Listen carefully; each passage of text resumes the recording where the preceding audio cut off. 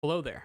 Today I watched the classic film The Silence of the Lambs. Clarice Starling, played by Jodie Foster, is a cadet in the FBI. She's at the top of her class at Quantico and ends up being called in to help on an active case. Her superior thinks that Hannibal Lecter, played by Anthony Hawkins, a former psychologist and serial killer, can help on the case, and sends her in to meet with and question him. The story is fairly simple and straightforward. It follows Clarice as she investigates the case. She gets most of her insight on the killer from Lecter while the two converse. Lecter takes a big interest in her when she first comes to him, and the two play a small game of cat and mouse. He asks her questions about her past, hoping to find some weakness to exploit, and she attempts to tell him the truth while also showing him a strong front. The two continue to meet several times in the film. Each time, Lecter learns more about her while also providing her with all the details she needs to catch Buffalo Bill. Alongside her meetings with Lecter, Clarice also does an autopsy, meets with the victim's relatives, and checks out an old storage unit of Lecter's. The story is consistent across the board and does a good job of keeping you invested in the outcome.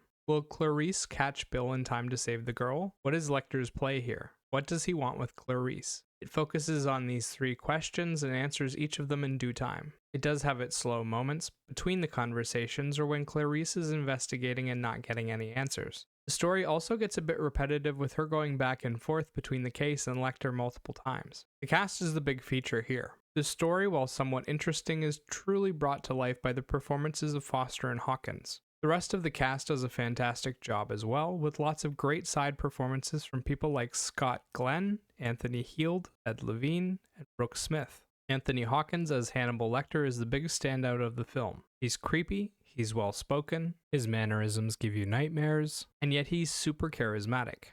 He always seems like a guy playing with his food, and he has so many moments in this film where he just dominates the scene so hard you can barely see anybody else. One of my favorite moments was when he started imitating Foster's accent and mocking her with it. It felt so on par for the character. The way Hawkins attacks people as a cannibal later in the film was also really well done.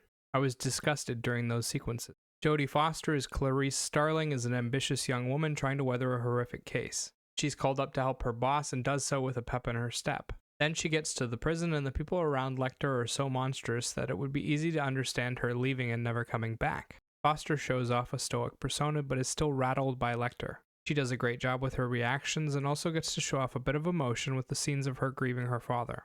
Visually, the film doesn't have much to offer beyond capturing the actors' performances. The journey follows Starling as she moves around the world investigating Buffalo Bill and meeting with Lecter. There are a couple of different sets, but they're not much to look at. There are several murders in the film, a kidnapping, and a tense situation near the end. These moments are usually quick and there's a little bit of gore, but it's never the focus of the shot. The best scenes are when they focused on Lecter and Starling. Anthony Hawkins and Jodie Foster make good use of the close-ups to emote, and both of them do fantastic work. Sound-wise, the film makes use of scored instrumental tracks, one or two original songs, and a lot of silence. The instrumental tracks come in during tense moments or whenever they want to color the atmosphere. They're intense tracks that tend to amplify the tension and drama of the scenery. The original songs are heard on the radio being listened to by different characters throughout the film. They add a lot of personality to the characters that sing along to them. The silence takes over whenever there's an intense conversation going on. For example, most of the conversations between Starling and Lecter are silent. They let the actors take center stage, and it often works well to focus on them.